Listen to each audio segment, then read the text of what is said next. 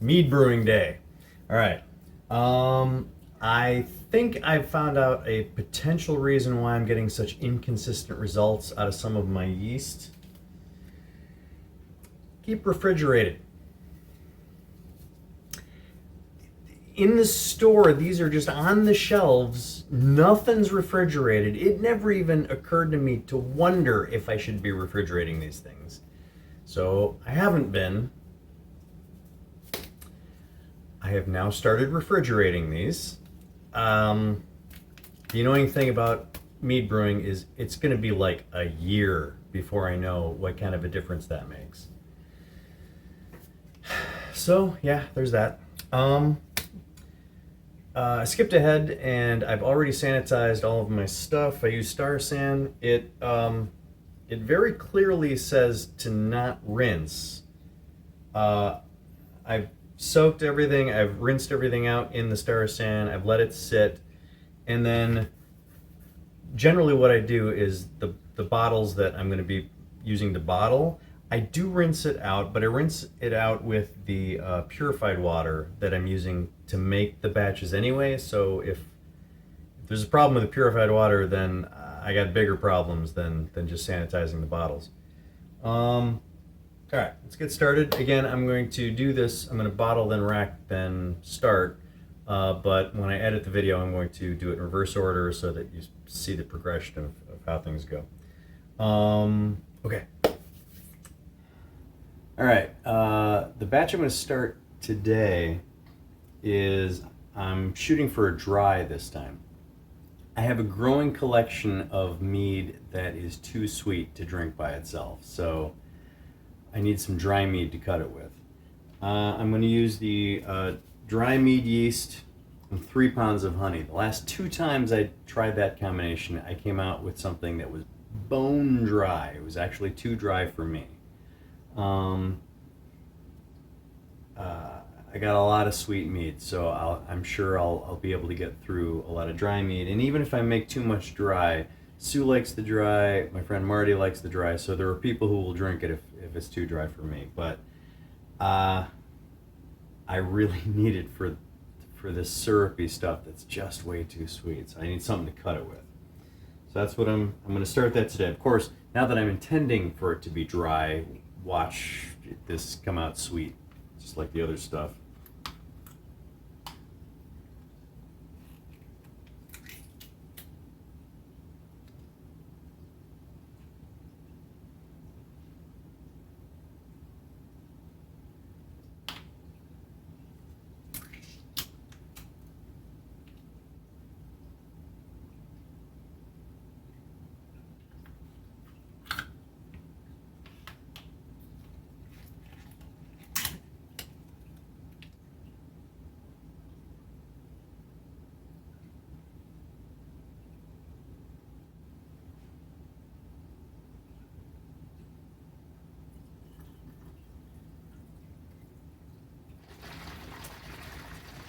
Like I mentioned last month, I'm not doing this to be a cheapskate. I'm just trying to get every last bit of honey out of here so that I am consistent about the amount that I'm putting in.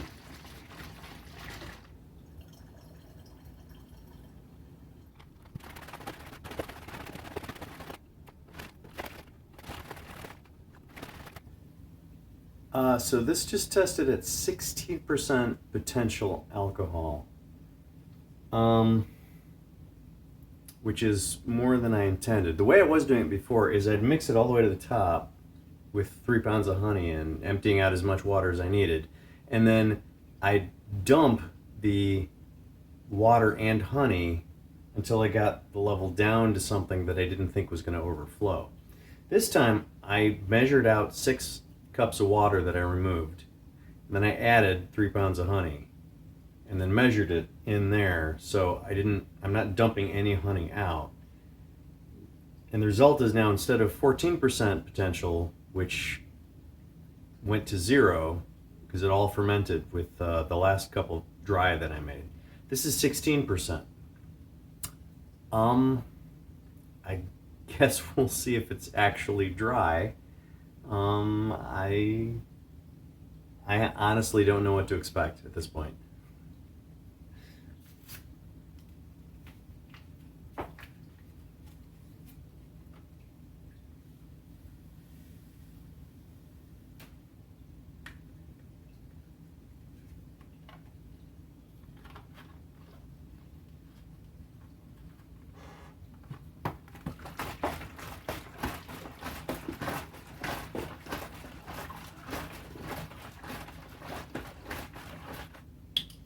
yeast and yeast nutrients.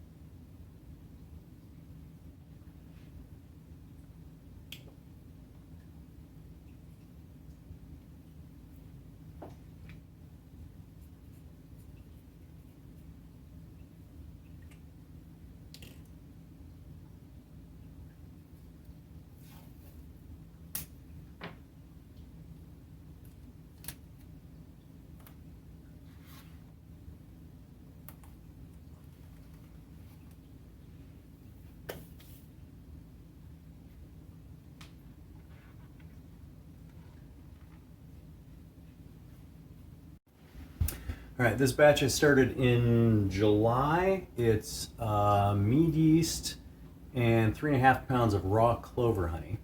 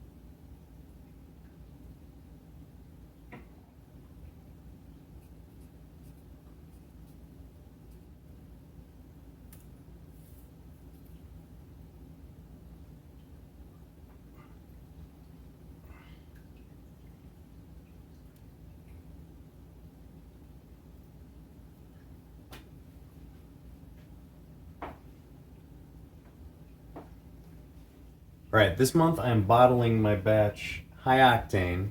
This is made with 4 pounds of honey as opposed to the typical 3 that I've been doing. When I racked it, it tasted a little sweet, so I might have overdone it on the honey, but I guess we'll find out.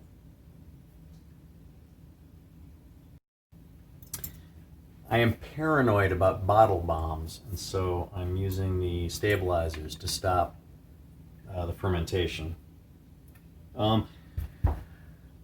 I just read recently that you're supposed to add this and then give it 24 hours and then put it in bottles.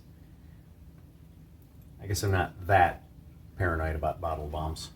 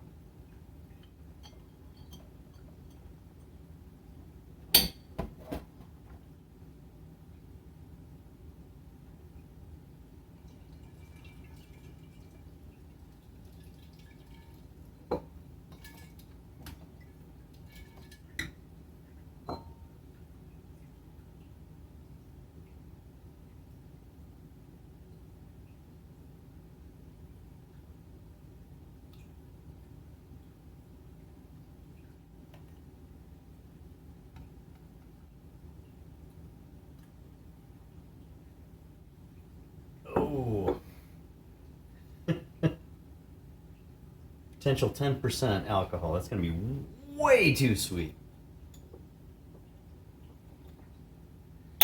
There's another mixer.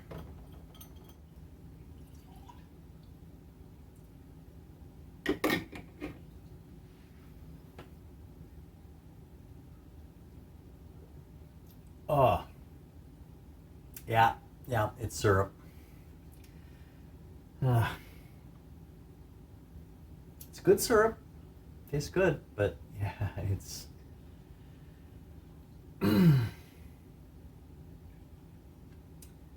Right.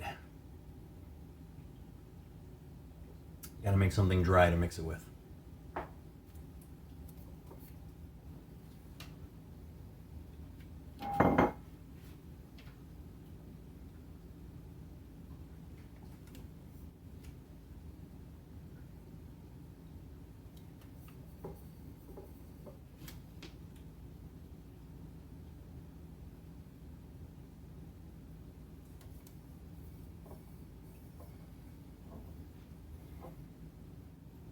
Renamed it Clover syrup.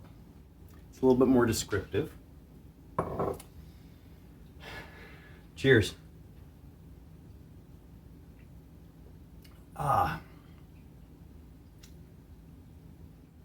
You know what would take the edge off of this? Whiskey.